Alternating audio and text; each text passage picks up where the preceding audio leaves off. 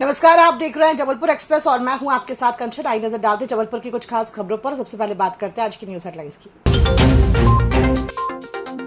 मच्छर अगरबत्ती से टाटा सूमो में जिंदा जला व्यक्ति, पास की दुकान में भी पहुंची आग, जलकर खाक।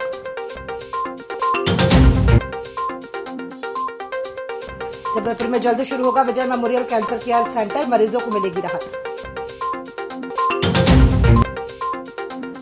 शराब के नशे में गाली गलौज बनी मौत का कारण, पुलिस ने अंधे कत्ल की गुत्थी सुलझाई। और जबलपुर में लोक अदालत, लंबित मामलों के त्वरित निराकरण के उद्देश्य से बड़ी संख्या में लोग अपने विवादों के समाधान के लिए पहुंचे। आइए बढ़ते खबरों की ओर। जबलपुर के सिहोरा में शनिवार सुबह टाटा सूमो के अंदर सो रहा एक व्यक्ति जिंदा जल गया।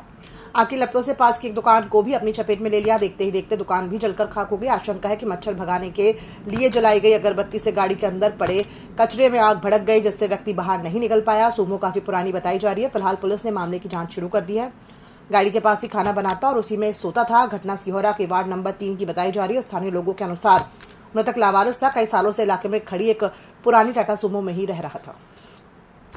कैंसर मरीजों के लिए जल्दी राहत भरी खबर सामने आने वाली है। शहर में जल्द ही विजय मेमोरियल कैंसर केयर सेंटर की शुरुआत होने जा रही है, जिससे स्थानीय मरीजों को इलाज के लिए बड़े शहरों की ओर नहीं जाना पड़ेगा। कैंसर विशेषज्ञ डॉक्टर अर्चित जैन ने EMS टीवी से चर्चा करते हुए बताया कि सेंटर शुरू होने के बाद जबलपुर और आसपास के जिलों के मरीजों को आधुनिक सुविधाओं के साथ बेहतर उपचार शहर में ही उपलब्ध हो सकेगा। इससे समय और खर्च दोनों की बचत होगी और मरीजों को त्वरित इलाज मिल पाएगा। उन्होंने कहा कि अब तक कई मरीजों को कैंसर के इलाज के लिए मुंबई, दिल्ली या अन्य बड़े शहरों का रुख करना पड़ता था, लेकिन अब नए कैंसर केयर सेंटर के शुरू होने से जबलपुर में भी विशेषज्ञ डॉक्टरों की निगरानी में इलाज की सुविधा मिल सकेगी।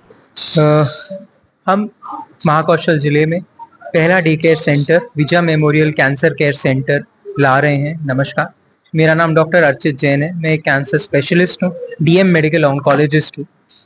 मैं यहाँ पे कीमोथेरेपी, इम्यूनोथेरेपी, हार्मोनल का टारगेटेड थेरेपी अपने शहर में लेके आ रहा हूँ। अब कैंसर पीड़ित लोगों को नागपुर, टाटा मेमोरियल, भोपाल, इंदौर जैसे बड़े शहरों में जाने की ज़रूरत नहीं है। हमारी पूरी कोशिश है कि हम कैंसर का बहुत अच्छा इलाज कम से कम पैसों में अपने शहर, अपने महाकौशल क्षेत्र में विजय मेमोरियल के तहत कर पाएं। 14 मार्च 2026 को देश भर में वर्ष 2026 की पहली नेशनल लोक अदालत आयोजित की गई, जिसमें आपराधिक, शमनीय, बैंक रिकवरी, वैवाहिक विवाद और प्री लिटिगेशन मामलों का आपसी समझौते से त्वरित निपटारा किया गया। इसी के तहत जबलपुर में भी नगर निगम सहित कई विभागों द्वारा लोक अदालत का आयोजन किया गया। नगर निगम द्वारा बिजली, संपत्ति कर, जलकर और चेक बाउंस जैसे शमनीय मामलों का त्वरित निपटारा किया गया। लंबित मामलों के त्वरित निराकरण के उद्देश्य से बड़ी संख्या में लोग अपने विवादों के समाधान के लिए पहुंचे। लोक अदालत में जो लोगों के अधिभार होते हैं, जो उनको पेनल्टी लग जाती है, वो वेव ऑफ हो जाती है, वो माफ की जाती है शासन द्वारा, वो उनको लाभ मिल रहा है। कितने तक की छूट, कितने परसेंट तक? वो अलग अलग स्लैब उसमें है, जिसका टैक्स जितने सालों से है उसकी पेनल्टी उस प्रकार से बनती है। और करंट ईयर का अलग अधिभार लगते हैं। सितंबर के बाद जैसे अपने जबलपुर में है, जनवरी के बाद 7% बढ़ जाता है। तो जितनी भी प्रकार की उनकी पेनल्टी है उस पर उनको लाभ मिल जाता है।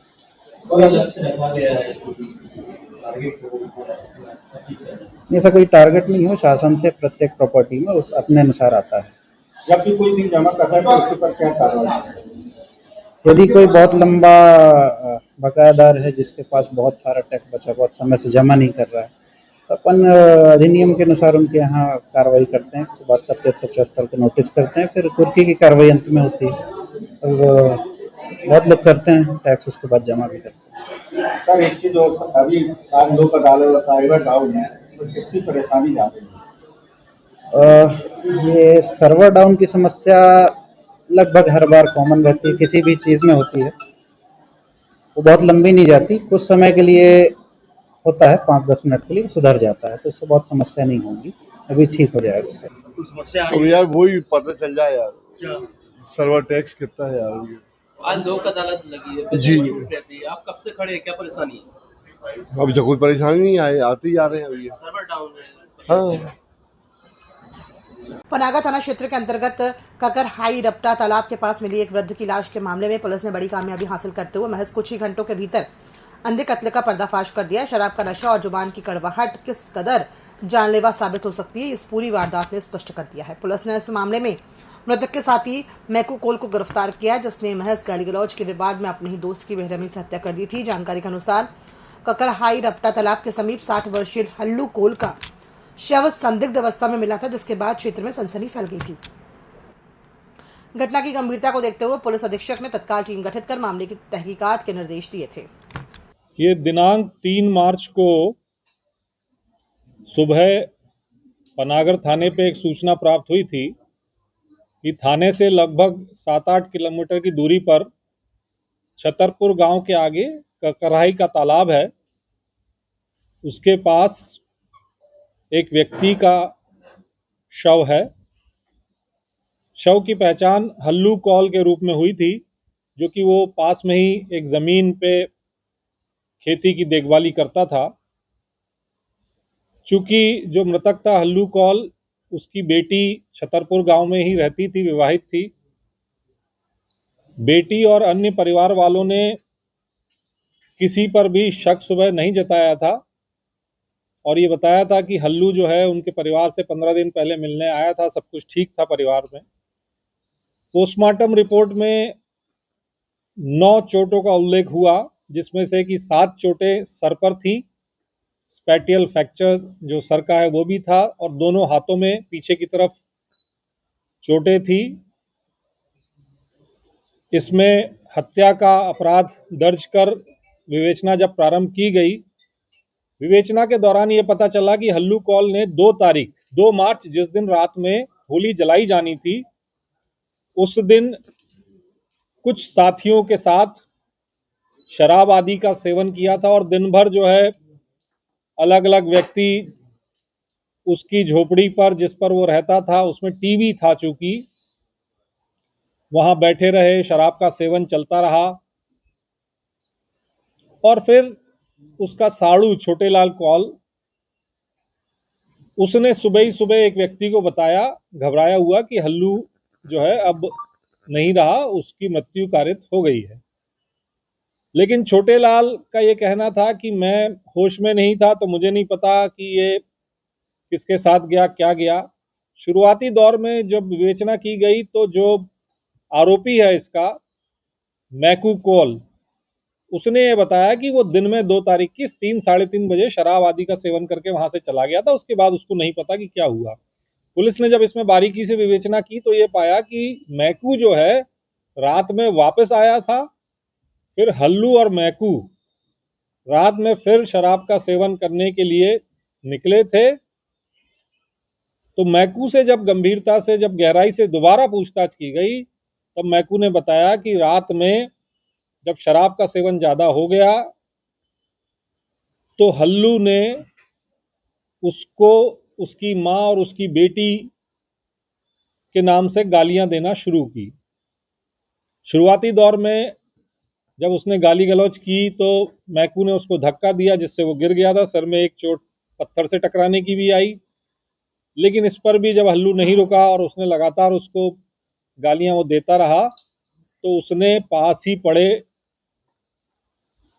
एक लठ से उसके सर पर वार किए और उसके पश्चात वो चुपचाप अपने घर जाकर सो गया। और अगले दिन, चूंकि वो एक हीट भट्टे पे काम करता था, मैकू जो आरोपी है इसमें, तो वहाँ उसने अपने ईंट भट्टे के मालिक के साथ आकर सुबह खड़े होकर लाश को भी देखा और उसने उसके द्वारा जो कृत्य कारित किया गया था वो पुलिस से छुपाए रखा। मैकू को गिरफ्तार किया गया है। मैकू की उम्र 30 वर्ष है और ग्राम चरखी का रहने वाला है और मुकेश यादव के ईंट भट्टे पे वो काम करता है। जबलपुर में ध्यान शिविर भज गोविंदा का आयोजन किया जा रहा है। इस शिविर में ओशो की ध्यान विधियों का महत्व बताया जा रहा है।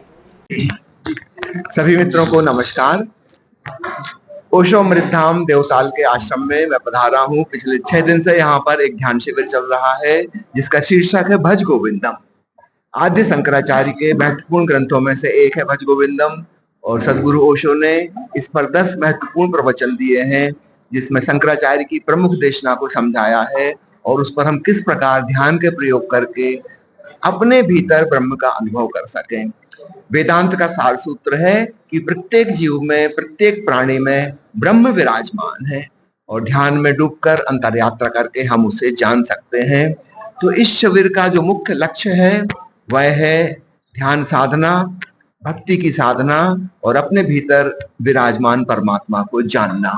विभिन्न प्रकार के प्रयोग यहाँ पर हो रहे हैं। कुछ संक्षेप में मैं नाम लेता हूँ जो ओशो की बताई गई प्रमुख ध्यान विधियां हैं। सुबह सुबह जो मेडिटेशन होता है उसका नाम है डायनेमिक मेडिटेशन, हिंदी में हम उसे सक्रिय ध्यान कहते हैं।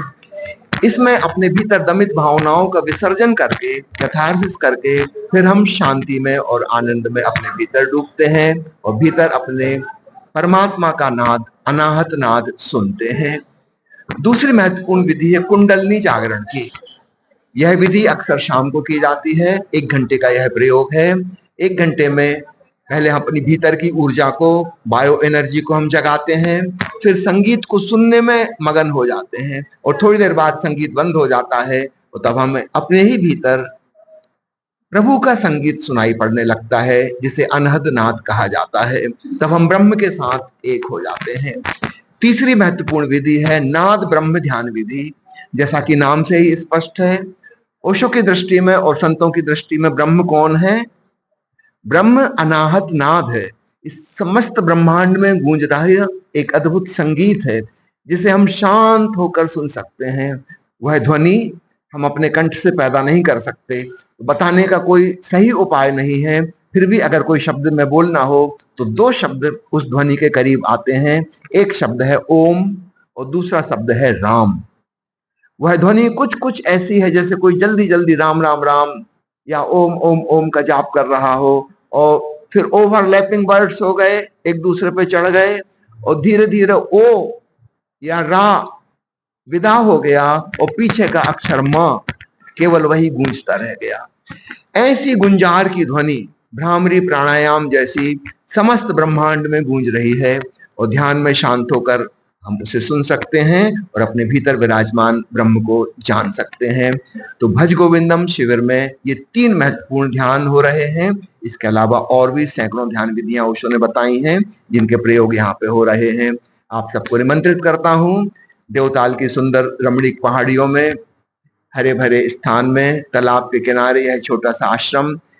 इस आश्रम को निर्माण हुए 50 साल हो चुके हैं। यह 50वीं वर्षगांठ मनाई जा रही है। उसी सिलसिले में मैं यहाँ पर आया हूँ। लगभग प्रतिवर्ष एक बार मैं जरूर यहाँ आता हूँ शिविर लेने। मेरी पढ़ाई लिखाई भी यहीं मेडिकल कॉलेज में हुई है। सन 1969 में 79 में मैंने यहाँ से MBBS पास किया था, 79 में। एक और सूचना देना चाहूंगा, आश्रम में रहता हूँ वह हरियाणा के सोनीपत जिला के दीपालपुर नामक गांव में स्थित है। वहां भी चारों तरफ हरे भरे खेत हैं, पॉल्यूशन फ्री हवा है, दिल्ली से सिर्फ 1 घंटे दूर है। महीने में 2 बार वहां 6-6 दिन के ध्यान शिविर होते हैं। एक शिविर 3 दिन का होता है और एक शिविर सिर्फ 1 दिन का होता है, ताकि जो लोग 6 दिन का समय नहीं निकाल पाते वो भी आकर भाग ले सकें। दूसरी महत्वपूर्ण सूचना